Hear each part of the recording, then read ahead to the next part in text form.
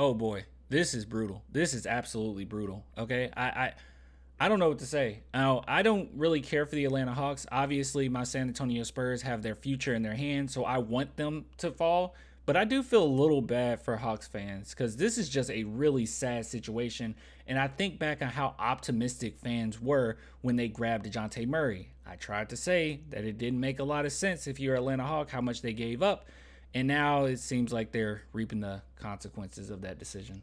I want some nasty. Are we having fun yet? All right, guys, so let's go ahead and take a look at this. So I don't know if you saw this, but here's the news coming out of Atlanta. So the Atlanta Hawks front office actually gave the green light from ownership to consider trade opportunities for Trae Young.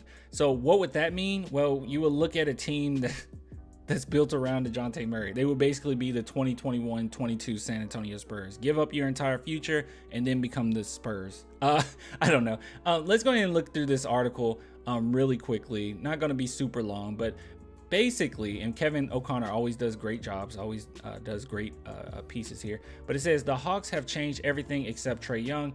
And this whole article basically goes in on Trae Young as a player. I find it really funny that they changed coaches. This is the second time they had to change coaches, and nothing has changed. Okay, Quinn Snyder, I think he went 11-10, so they were still 50-50. Now, don't get me wrong, I do like Quinn Snyder. I think it's bigger than basketball. Spurs fans know what I'm talking about. I think it's bigger than basketball, but at the same time, hey, it's nothing he can really do about that.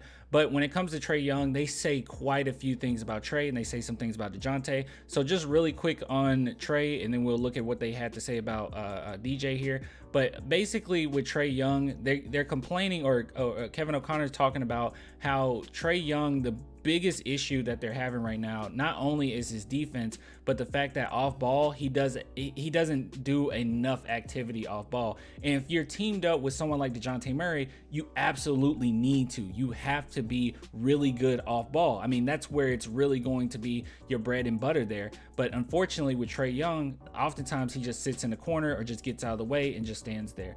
And that's just not going to be good enough there. He's going to have to be more of a Steph Curry active part of the offense without the ball in his hands. And when you look at that, Dejounte Murray, he needs the ball in his hands. I'm sorry, DJ isn't like a terrible off-ball player necessarily, but this definitely not his bread and butter. Like, his bread and butter is having the ball in his hands, getting off the pick and roll, hitting his mid-range shots, that type of deal, right?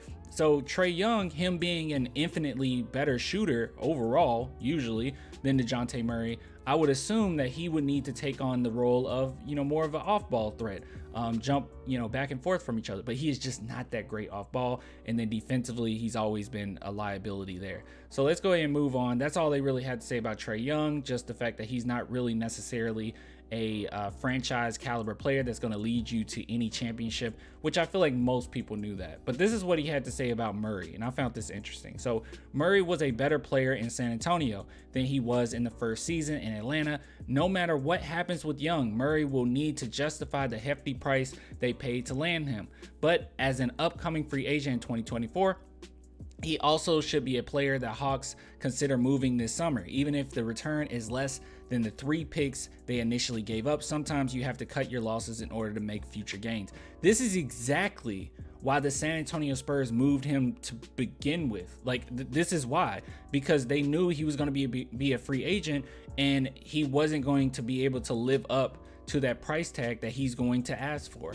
And not only that, you weren't going to be able to extend him because it was going to be a very minimal increase in his salary, and he is technically worth more than that. He's in a really weird place, man, because Dejounte Murray, while he's a good player and a certain amount of money is definitely justified, at the same time, his party is going to demand more, and rightfully so. But then he has the type of playing style where he's going to have to be like your second option if you're going to give him a big chunk of money. And is that good enough to be a really great playoff team, or is that good enough to be a championship caliber team? And I just don't think it is. His playing style just don't work. I think that once he gets a little bit older and maybe his salary goes down just a little bit, maybe he can take more of a kind of a true holiday type role and be more or benefit a little bit more to a team. But right now, I just don't think that it's worth it.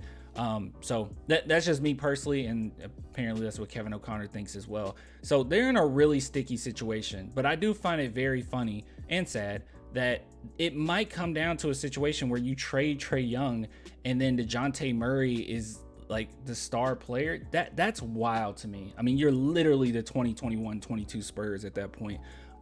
But hey, you try to get what you can out from Trae Young, but man, oh man, they gave up their future to us, and now trying to get anything back from what you already gave up, it's going to be super hard. But this is a great opportunity for the Spurs' future. It was a great deal by Brian Wright, and I'm excited for it, but I do feel a little bit bad for Hawks fans. It was a bad deal when it started, and that was something that I brought up right when the deal happened. And I know some people were like, "You just hating," da, da, da. But it's like, no, it just didn't make sense. I didn't see how Dejounte Murray and Trae Young would work out. Their playing styles, it just didn't gel with me. Didn't make much sense. And I felt like the Atlanta Hawks just bought into, oh, he's an all-star, let's jump on the train, without actually contextualizing what was going on. So anyways, just wanted to bring that up. You guys let me know what you think. I'll get with you guys later. If you want to support the channel, as always, man, clanthemerchfan.com, link in the description, or become a patron or YouTube member. I'll get with you guys later. Until next time, bye.